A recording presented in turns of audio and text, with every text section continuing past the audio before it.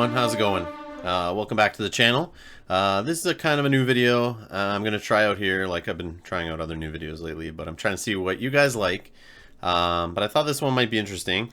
Basically, FFG every month before a chapter pack comes out. You know, we get chapter packs once every month. They like to sprinkle out some spoilers out into the community. On top of the spoilers they already usually do like 4, 6, 8 months in advance before the chapter pack ever gets to us.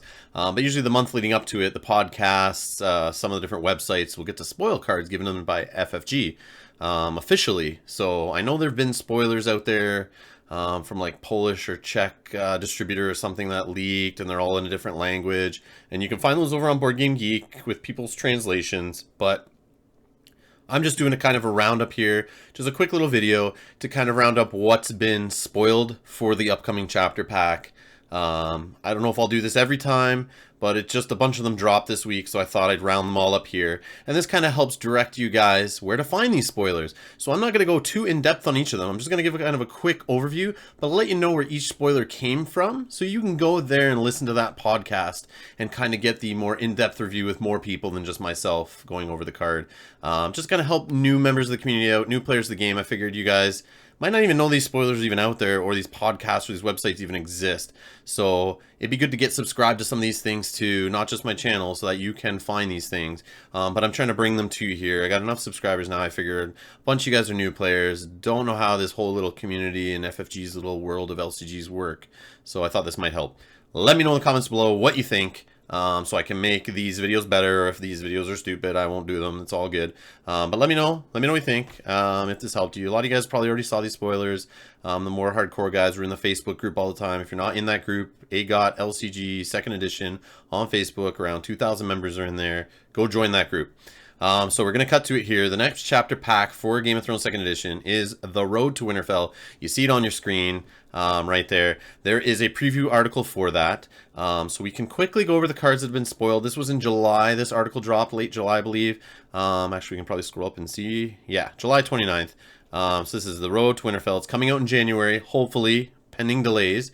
We'll get it sometime. We just got Taken to Black, the first chapter pack in the cycle. This is the second one. So this is going to give us another, whatever, 20 new cards, 3 copies of each to kind of inject the card pool. So we're going to jump to those cards that have been spoiled already in this preview article. Actually, we could probably just scroll them down right here real quick. So we got a little fan here. We see the Reader. So we use a champ card from 1st edition. We know he's coming. Some card draw engine to help Greyjoy. Shadow Black Lane, which we'll get to. That's one of the official spoilers that was revealed this week on one of the podcasts. We got Brandon's Gift, North location from Night's Watch, peeking out there. I won't even go into that. You guys can find this article on Fantasy Flight Games under the news section, or go to products, and then you can find the Road to Winterfell and see the news related to that there, and check this out and read more about it. I'm not going to go into it. This is old news. Just going to quickly go over them just to show you guys they exist and where to find these spoilers of what's coming out. Now that is kind of relevant. We now know the current card pool. When this article was spoiled, we didn't have the game yet. It was coming out like a week after this. We got it at Gen Con, so none of us knew. Like, we knew some of the core set cards at this point, but we didn't really know what the impact these cards would have. But now that they're coming out in a couple weeks, a month, or whatever, it kind of matters now. So I figured I'll bring them back to light. So we got the Brothel Madame. She's a companion, 3 cost, 2 strength, intrigue icon. She's a reaction. After the challenge phase begins, choose a player. That player may give you 1 gold from his or her gold pool until the end of the phase. If that player is not giving you gold this phase, he or she cannot initiate military challenges against you. So a little cock block on the military challenges there. Kind of makes your opponent have to save some gold. Maybe less events are going to drop on your face, or maybe they marshal 1 less guy to hold some gold back to do this. But either way, kind of makes that slows them down a little bit. Kind of a little choke mechanism there, maybe. And the next card is a plot for Lannister. It's loyal, 6 reserve, 5 4/1s, 5 gold, 4 initiative, 1 claim. It's got a reaction. Oh, it's a scheme. That matters. It's a scheme. So it's Wardens of the West. Reaction. After you win an intrigue challenge, pay 2 gold to have the losing opponent choose and discard 2 cards from his or her hand. Plot deck limit 1. Thank God. But either way, I would definitely play this card to hit the hand early. It's 5 gold. 5 gold for initiative. Those stats are pretty juicy. 6 reserve. I like it. I'll take it. That's good stats for good reserve. That's a good balance. Not a bad effect. And pay 2 gold, man.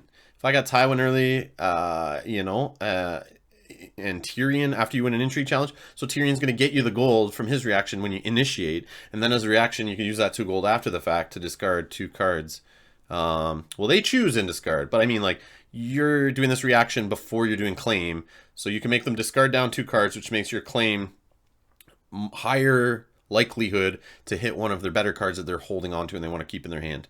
So kind of interesting, puts the pressure on. I think this is a must play in Lannister decks. If you don't think so, let me know below why not, but I think it's pretty juicy. Good stats, and you'll have that extra gold. That gold is not going to be a problem, but just good stats on the card all around. I can't say that enough. Very juicy. So that's it. That's it in the article, really. It's just the fan and those 2 cards, so that's done and over with. Now let's go to the spoilers. So this came out this week on the White Book podcast. I'll actually jump here to promote that. So you'll see up here, the whitebookpodcast.com is their website. You can go there, find their podcast. You can find them on iTunes and all the different podcast sites in your apps and whatnot. You can add them in there. But you can always go to their website and see different articles and tournament reports and that kind of thing. So shout out to Will Lentz and the guys on the White Book podcast. They're doing a great job with this website, getting content put on there. Watch for Patrick Haynes' articles coming soon. So great stuff. But they did have 2 Targ spoilers from FFG this week on their episode. So like I said, I'll just touch on them quick. If you want more in-depth overview of those cards, go listen to those podcasts. Go check out last week's episode of the White Book, which today is December 20th we're recording. So it was posted probably 3-4 days ago on Friday, I think. 3 days ago, if I'm right. I can't remember exactly. Actually, it's right here. December 17th. So there you go. So anyways, we have the Crown of Gold. It's a 4-cost attachment. It's loyal to House Targaryen. It's an item, so it's not a conditioned attachment, but it's terminal, so it will go to the discard pile when it falls off of a character. Attached character gains a king trait. Awesome. I guess that should help. I mean, I don't know. King trait, does it really matter right now? I think it only matters against that army in Baratheon. But anyways, attached character gets -4 strength and is killed if their strength is 0. So it's basically the Dracarys effect, but you can attach this on a bigger dude and then do Dracarys to then reduce by strength, or do Plaza Punishment to stack onto this, or Dany's ability. So it's deck limit 1. So one of the guys in my meta, Sean, is talking about running that, what is it, rebuilding, that lets you put some cards back in your deck from your discard pile because he wants to like recur this, but at $4, I mean, it is loyal, so fealty makes it kind of 3, kind of. But I don't know. It's interesting. I mean, maybe I'd put one of it in a Targ deck, but hey, you want to hear more? Go listen to the last episode of the White Book. All right, so the other one was, let's see, I got the list here. Rakharo, the Dothraki, another Targ card spoiled on the White Book. 6-cost character, military power, 4 strength. He's unique. He's a Blood Rider Dothraki. While you control another Blood Rider character, Rakharo gains Intimidate. So he's going to be kneeling dudes. And the only other Blood Rider I can think of is Khal Drogo a Blood Rider? I'm not sure. Actually. You guys can look that up. But like I said, I don't really want to go too in-depth on these cards. Go listen to the White Book. And a reaction. After the character is killed to satisfy claim during a challenge you initiated, Rakharo gains 1 power. So, it's kind of cool. Adds to the whole military thing. Definitely you can see the Dothraki going like a military route. Khal Drogo doing 2 military challenges.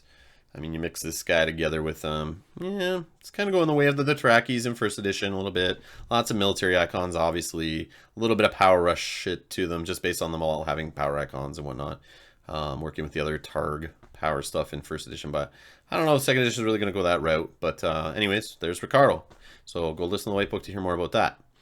So we'll close off that one there. All right, so let's do the next one. Indoran's Name. So these were spoiled on Team Covenant's website. You can jump over to the website, go under Read, and go to News, and you will find this article called An Oasis on the Road to Winterfell. So I'm going to put all these links below in the YouTube description so you guys can jump to these quicker. Actually, I should have said that right at the start, but I'll make it easy for you guys to find them. I'll just drop all the links to these things in the description of this video. So you guys can go, like I said, read more about these cards here. They do a nice little write-up for them, so I'm not going to go into detail. I want you to go hit these websites. These guys got these cards. They got them from FFG. You can go check them out, just showing you that these exist. So you can go read all about the nice effort these guys put into talking about these cards in their podcasts or in their articles. Check them out. I'm not trying to steal all their fame here and do it in my video. I'm just trying to have a central place you guys can get to this stuff. So Indorn's name, 0 cost event. It's not loyal. Not loyal. This is money. Literally. Action. Kneel your faction card, so it doesn't really work for fealty that well. To gain X gold. X is the number of plot cards in your use pile. So you can play this out of house. So you're later in the game, even a couple rounds in, 2-3 rounds in, you need some gold. You can play this to grab that gold, play a different event. It's action, so you can do it any time. I mean, you can do it in challenges to get gold, to win dominance if you're hurting, to play a cool event, to ambush in, like, the Hound. You can play this in Lannister, just grab a bunch of gold later and the opponent doesn't expect it. So I see this getting bannered in on some other houses. I definitely see this getting bannered in. You can do this in marshalling. You can do this in marshalling. So you're hurting for money. You just got hit with naval superiority. You're hitting someone else with naval superiority and you only have 2 gold. You won't need more gold. Early game rush, late game rush. This definitely helps you throw stuff at the board, throw stuff in the challenges phase. Just any shenanigans you need gold for at random spots. It gets better later in the game. Obviously, you can get up to like 5 gold with it later in the game. Assuming this doesn't get canceled, it's 0 cost. So Hands of Judgment spanks this one in the face with no effort. But would someone use a Hands of Judgment on this? I mean, I guess it depends. I guess it depends if you're going to close out the game and they're holding on to it. You never know. But anyways, go read up on Team Covenant's website to learn more about this event. Check it out. And the other one they had was Nymeria Sand. This is the juiciest one. This one had me super excited. So I'm looking to get Martells up there and build some Wicked Martell stuff. And this definitely helps my themes and the things I love about Martell and the whole Intrigue Icon stuff in general. So she's a 5 cost character, 4 strength, Nymeria Sand, unique. She's a bastard of Sand Snake, non-loyal, non-loyal. Challenger's action, choose an opponent's character. Till the end of the phase, that character loses an icon of your choice, and each Sand Snake character you control gains that challenge icon. Limit once per phase. So, that means Obara Sand right now. You can give her another icon. You can steal some Intrigue icons. Stealing Intrigue icons. Why would I do that in Martell? Oh yeah, Tears of Lys. That's right. So another way, besides Maester Calliote or using Confinement to wipe icons off, this I can steal an icon right at the start of Challenges phase. Just say, hey, you're on. Hey, Tywin. Yeah, I don't like you having that Intrigue icon. I'm just going to steal it from you. I can steal a military icon. I can steal whatever. And it gives it actually to Nymeria. She has no icon. She's like Edric. Nothing. She needs to earn it with her action. So getting milked on her, it kind of sucks. That's her hugest weakness. She just gets milked, wipes this out. She's a 5 cost stand there with no icons. So yeah, but does somebody milk her? I might have way other stuff that I'd rather not be milked. So that's not bad getting her as a milk target, I guess. She does just stand there and do 4 strength for dominance, I guess. I don't know. Do you start playing more attachment control? I don't know. It's kind of iffy. I have to play with it and see, but go read the write-up on Team Covenant's website and check out more on that. So we have In the Name of Your King. So this one came from, I believe, Card Game DB. Yep. Quill and Tankard's Regulars. So this article's awesome for new players and experienced players alike. This is a write-up by a bunch of guys. Awesome dudes. I know Alex Hines is in here. I forget the rest of the guys' names. I'm so sorry. But you can see them at the bottom of the article here. So Drakey's in there. Helmet. I don't know Erie and JC Wama from the UK, and yeah, there's Alex Hines. So these guys work on these rules articles. They basically take an aspect of the game, go in depth, help players understand the rules. It's awesome, but they've been getting spoilers in these articles, so they got one In the Name of Your King, so we can see it right here, and you can read more about it here. So they have way better write-up than I could ever describe here, so I'm just going to go quick. 1 cost event, loyal, In the Name of Your King, exclamation point. Play only during a military challenge in which you are the defending player. So you have to be defending. Military challenge only. Action. Kneel your faction card. So fealty, I don't know, Barra. To end this challenge with no winner or loser. Until the end of the phase, you cannot initiate military challenges. So it's great when you're going second and you've already done a military challenge. You can then, just on the other player's military challenge, so it's their turn to go, they come at you with a military challenge. They've already knelt their characters. You can kneel yours if you want and play this after, but you don't have to. You can just let them kneel out their whole board, whatever you want to do, and then just go, no. No winner, loser. Wrap up the challenge right now. No reactions, no claim, no nothing. Nobody wins. Done. And now you can't do military challenges. So this is kind of good just in the military defense. Kind of a different little aspect of things. I don't know. I don't know. Seems cool. Want to try it out. Definitely want to try it out. I don't know where it goes right now, but these guys will know. Go on cardgamedb.com. Link will be below in the description. And read the Quill and Tankers Regulars, Volume 2, Issue 6. That's where this is. You'll see it on the front page right now if you see this video recently after being posted, but it'll get pushed down. But you can go see that series of articles. They've been doing a couple second edition articles so far. Go read in them. They talk about the rules differences between first edition, things you have to pay attention to. They drill down certain aspects. They'll keep going with that series. So guys, go check that out. Support that little series of articles and help people play the game better. That is great. The next, so we did Naming Your King. Let's see, we did Namira San, Ricaro. So the last two here, Shadow Black Lane, Serial Pharrell. Let's do Shadow Black Lane here. So this one was in that fan earlier in the video, spoiled on the website of FFG's article there back in July. But this is from Banter Behind the Throne, so we'll give a shout out to those guys. They're a podcast from the UK. They've been getting a little more global. They've got some good, those guys drop some good stuff when they talk about their deck building, what they've been playing lately. I really like those sections. I just started listening to them recently. I listened to the first few episodes. Great intro song. Awesome job. Good content, but it was very focused on the UK. But then I jumped back in recently and started listening. And they're focused a little more global. And since some of them came to Worlds, and Dave Bamford saw him at Worlds, nice guy, made me realize, okay, these guys aren't just their own little neighborhood doing a podcast for them. And they started, I listened to the recap of Worlds, which is very interesting because that mattered. I was there, kind of thing. So I wanted to hear what he had to say for it. And then I just started like listening from there. And yeah, then I realized I got a spoiler. So I listened, jumped to that episode real quick, listened to what they had to say. So you can go check that out. That's episode, I actually don't see it here on their website, banterbehindthethrone.wordpress.com, but you can subscribe to them like on iTunes and the podcast apps and whatnot, and you'll see. But I guess this is an update. I don't know what's happening here.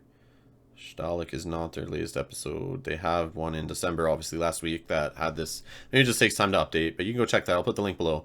I'll try to find the link to the actual article or the actual podcast. But they also have an awesome outro. You need to check that out. Good job on that one, guys. But anyways, one cost location, Shadow Black Lane is unique. King's Landing, traded. Reaction, after you win an intrigue challenge, kneel your faction card to search the top 10 cards of your deck for an in-faction event. Reveal it. Add it to your hand and shuffle your deck. So you're playing an event-heavy deck, or you're just Awesome Sauce Lannister, maybe Martell, or someone who is very good at intrigue challenges, and you play some good events, and you just want to grab them. I can see like Tyrell this working with, if they're playing the whole like Ladies of Olenna winning intrigues kind of angle. You can grab this, look for an event, reveal, add it to your hand, shuffle your deck. So this is in the reaction window. So you can grab like Olenna's Cunning, I think it's called, where you name when you win an intrigue or a power challenge, and then you can name a card, get the opponent to name a card type, and then search for the other one. So you can tutor for that with this card, and then grab that, play that, and then search your whole deck for another card. I'm pretty sure you can grab. What else could you grab? I just see this grabbing like Tears of Liss. Win an intrigue challenge. Kneel your faction card. Grab from the top 10. Oh, in-faction event. Sorry, no Tears of Liss. In-faction event. Okay, okay. So yeah, I don't know. Just search for events. I mean, I even grabbing a confinement on Martell would not be bad. It's just, this is kind of extra card draw, right? You're just going to search the top 10 cards. Find an event, throw in your hand. It's just another little mini card draw engine kind of thing. And it gets events out of your deck kind of throughout the game to then when you're top decking later, if you're getting that kind of trouble, you'll see less events then because you'll be pulling them earlier and maybe you'll hit more characters more often or location stuff you can play. But yeah, either way, go check out Banter Behind the Throne for their discussion on this card. And we'll jump to the next one here, another neutral card. Serial Pharrell, 5 cost character, military icon, 3 strength, unique, companion. He's got stealth. Amazing. So every faction can throw him in there and get some stealth. Challenge action. Choose a character. Until the end of the phase, that character gains a military icon and stealth. Limit once per phase.